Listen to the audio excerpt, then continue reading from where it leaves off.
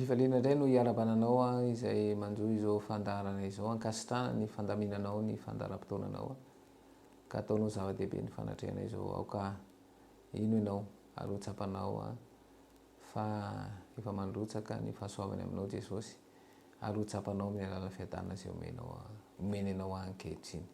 Mialohan'ny tena hanomboantsika dia manasanao hanondrika ny lohanao fa hivavaka isika.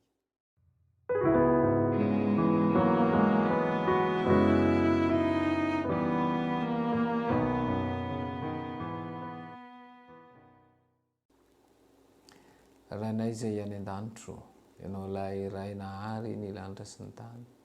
Tompontompanjaka ny mpanjaka miheza rehetra tolotray ho anao riany ny dera sy ny laza ary voninahitra mandrakizay.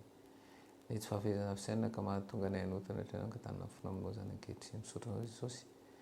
Satria mbola menao ty fotoana ity ilay fahazavan-tsaina avy amin'ny fiainanao masina no hiasa ao anatinay ary hahatonga anay hanana fahazavan-tsaina fa anay mahatakatra ny sitraponao amin'ny alalan'izao fandaharan'izao. Ary tarizay anaiky izany ka hitondra fiainam-baovao anay izany tononona sy ankatana aminanao Jesosy Kristy mivavaka. Amen. Ny tontolon'ny afatry ny anjelitelo ihany moa no tena angalantsika ny fampianarana sy ny famelabelarana ary ny lohahevitra manokana izany dia ny hoe aiza ny toerana marina hijoroana amin'izao andro farany izao. Nahita andian'olona ny joro ny ambina tsara aho tsy nety voasarika ireo izay nitady hanozongozona ny finoany nojeren'Andriamanitra tamin'ny maso feno fankasitrahana izy ireo. Ambara tonga telo naseho ahy, ny afanjely voalohany, ny faharoa ary ny fahatelo. Hoy ilay anjely niaraka tamiko, ho voaozona ane izay manaisotra manontolo na ampahankely amin'ireto zavatra ireto. Zava-dehibe iankinanaina tokoa ny fahazahoana tsara ireto afatra ireto. Ny hoavy ny fanahy tsirairay mantsy dia miankina amin'ny fomba nandraisana ireo afatra ireo. Naverina indray teo amin'ireo afatra ireo ary hitako fa lafo vidy tokoa ny fanandraman'ny vahoaka an'Andriamanitra azon'izy ireo tamin'ny alalan'ny fahoriana sy fijaliana ary tolona mafy izany. Notarian'Andriamanitra tsy moramora izy ireo, mandra-pametrahany azy ho eo amin'ny toerana marina tsy azo ozongozonina. Nahita olona vitsivitsy nanatona ilay toerana mba izany fototra aho. Ny sasany faly ka nakatoerana avy hatrany, ny sasany kosa nanomboka nahita tsikera tao tamin'ilay fototra. Tian'izy ireo atsaraina bebe kokoa ilay toerana ka ahafaly ny vahoaka. Niala teo amin'ny sasany mba izaha ilay toerana ary nanambara fa ratsy fototra izy. Hitako kosa nefa fa ny ankabeazan'ireo vahoaka dia nijoro tsara teo amin'ilay toerana ary ny angavy ireo niala teo. Ampiato ny fimonoana izy ireo satria Andriamanitra no nanamboatra ny maritrano ary amin'ny mihitsy izy ireo no miady. Notantarain'izy ireo ny asa tsara nataon'Andriamanitra izay nitarika azy ireo eo amin'ny toerana marim-pototra io ary niala nanatra ny masony teo amin'ny lanitra ireo no sady nanandrapeo nanome voninahitra an'Andriamanitra mahakasika ny fon'ny sasany tamin'ireo ny monomonina sy ny alandaharana zany ka niverina tamin'ny mpanetena teo amin'ilay toerana indray izy ireo. Naverina tamiko indray ilay fanambarana fiavian'i Kristy voalohany. Ny rainy Jaona mpanao batisa tamin'ny hery sy ny fanahiny Eli anamboatra ny lalan'i Jesosy. Ireo izay nandany fijoroany ho vavolombelona nataon'i Jaona dia nisitraka ny tombontsoan'ny fampianaran'i Jesosy. Ny fanoheran'izy ireo ny afatra nentin'i Jaona izay nanambara ny fiavian'i Jesosy dia nametraka azy ireo ho eo amin'ny toerana tsy azo olo mandray ny pirofony mahamesia azy. Notarian'i Satana ireo nandany afatra nentin'i Jaona ho lasa lavidavitra kokoa, andasy hanomba an'i Kristy eo amin'ny hazo fijaliana. Teo ampanaovana izany nefa dia nametraka ny tenany eo amin'ny toerana tsy nahazonina ndray ny fitahina tamin'ny andron'ny pentekosty izy ireo, izay tokony fampianarana azy ny lalana mamaky an'ilay fitoerana masina any an-danitra. Ny fitriaran'ny efitra lamba atao amin'ny tempoly dia maneho fa ny fanatitra sy ny sorona nataon'ny jiosy dia tsy azo ekena intsony.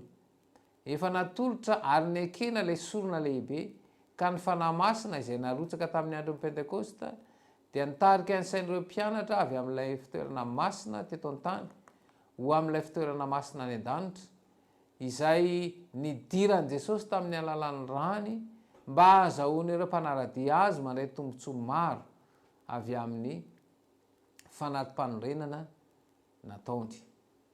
Tavela tao anatin'ny famaizina tanteraka nefa ny jiosy. Very avokoa ny fahazavana izay tokony ho azon'izy ireo avy amin'ny planin'ny famonjena, satria naleo ny toetra tao amin'ny finoana, ny fanatra sy ny sorona izay tsy misy antony tokony hanatanterana azy intsony. Efa nosoloan'ilay fitoerana masina any an-danitra ilay teto an-tany, saingy tsy nalala izany fiovana izany ny jiosy. Noho izany dia tsy mba afaka ny sitraka ny fanahirana nataon'i Kristy eo amin'ny efitra masina indrindra izy ireo. Betsaka ireo mametsy ny jiosy amin'ny nandavan'izy ireo sy ny nanombohany an'i Kristy, kanefa rehefa mamaky ny tantara mampalahelo Kristy izy ireo dia mihevitra fa tia azy, ary tsy hahavita-nda tahaka nataon'i Petera nanombo azy amin'ny hazo fijaliana toy ny nataon'ireo jiosy.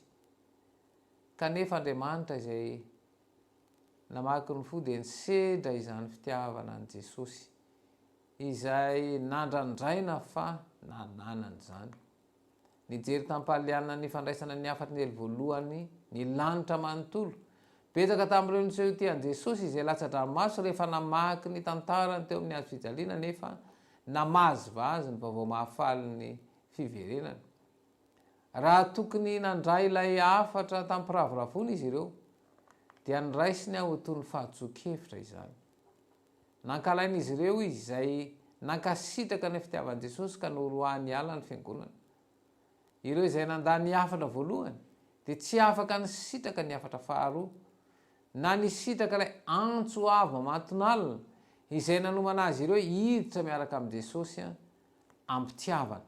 Ilay faneam-pitiavana mantsy izay asehon'i Jesosy ao amin'ny fitoerana masina indrindra, izay ao amin'ny tabernakely izay any an-danitra, dia izao izay manda ireo afatra roa voalohany dia manjary maizina ny fahatakarn'izy ireo, ka tsy ahita fahazavana intsony amin'ny afatra ilay anjery fahatelo izay maneho ny lalana nakany amin'ilay fitoerana masina indrindra.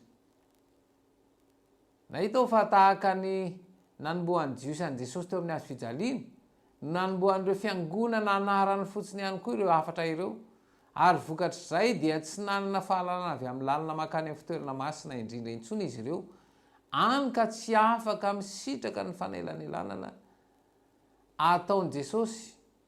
Tahaka ireo jiosy izay nanolotra fanatitra tsy nilaina akory, dia nampiakatra vavaka tsy nisy antony ao amin'ny efitra izay efa nilaozan'i Jesosy ihany koa izy ireo. I Satana dia faliny amin'izany fitaka izany, dia nody ny salotra toetra tia fivavahana, sady mitaona ny sain'ireo milaza azo kristianina hifantoka aminy, mampiasa ny heriny izy amin'izany, miaraka amin'ny famantarana sy fahagagana mamitaka mba amatorana azy ireo amin'ny fandrana. Fitahany amin'ny fomba iray ny sasany ary amin'ny hafa ny sasany, efa nanomana fitaka maro samihafa izy ho an'ny olona samihafa, miorokoditra avy amin'ny fitaka natao tamin'ny sasany kanefa mbola manaiky fitaka hafa indray. Ao ireo fitahan'ny Satana amin'ny filalaovanangatra, tonga toy ny hitondra ziogan'i Kristy. Ataovy azy io antoka fa miorina eo amin'ny vantolampy ny tranonao, aza ankinina mikisendasendra ny mandrakizainao.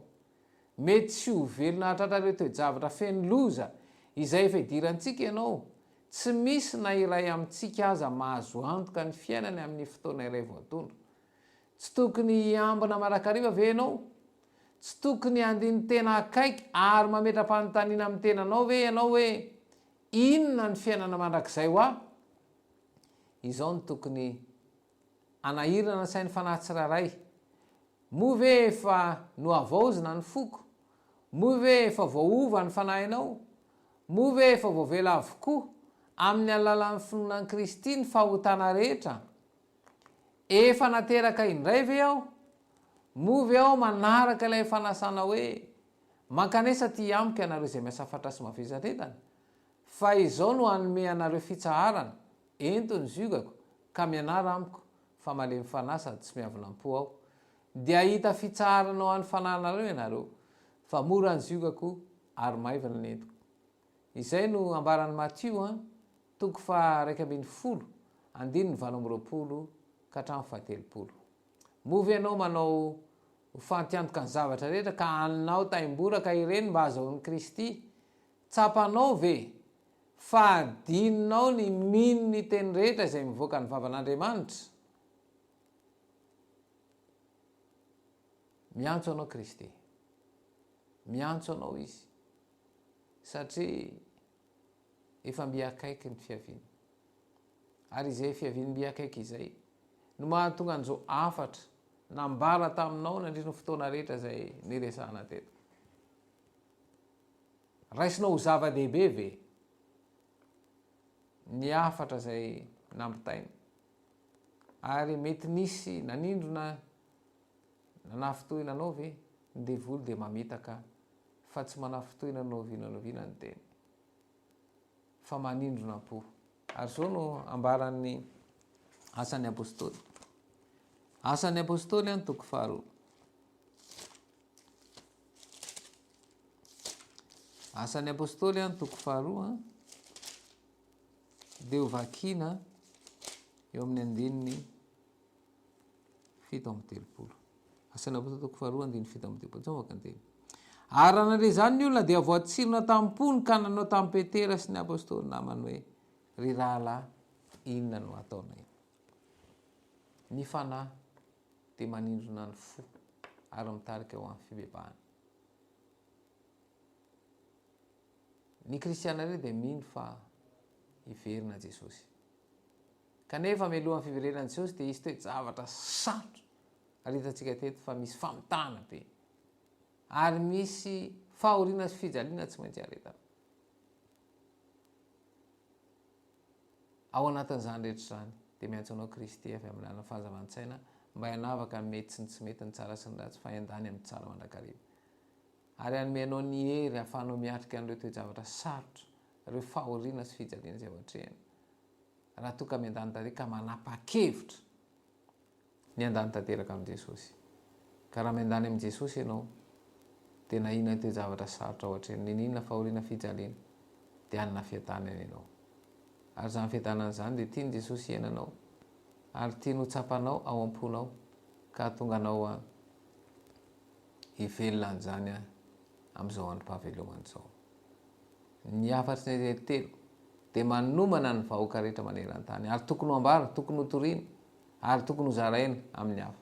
Sahy mizara, sahy manambara ny afatry ny telo, anomana ny vahoaka an'izao tontolo izao eo amin'izao, satria rehefa voatory manerana ty zao tontolo zao ty ny afatry ny telo dia anafaingana ny fiverenan'i Jesosy, ka manasa anao hitory sy hanambaran'izany ao amin'ny ankonanao voalohany indrindra, ary eo amin'ny mpifanolom-bodirindra aminao, ary ny mpiara-miasa aminao sy ny namanao rehetra, dia torify sy ambarao ny afatry ny telo ho fanafainganana ny fiavian'i Jesosy. Anampy anao anie Jesosy, ary mitarika anao ahazo lay afatra ka afaka izara amin'ny fahombiazana, amin'ny kafanam-po, ka ho maro no babo n'izany afatra izany, ary ho vonona hitsena ny Kristy indray. Andeha hamarina ny fotoana isika, ka manasa anao hanondrika ny lohanao fa hivavaka isika.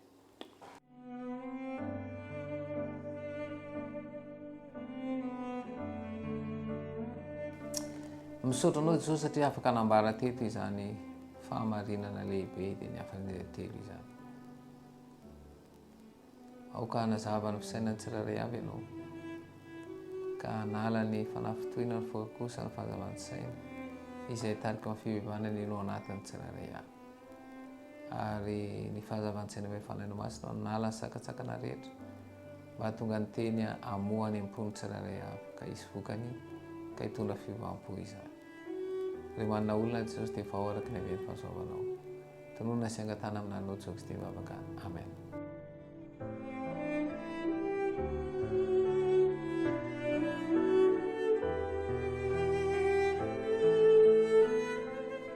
Ankasany eo nanjoy tanteraka ny fandaharana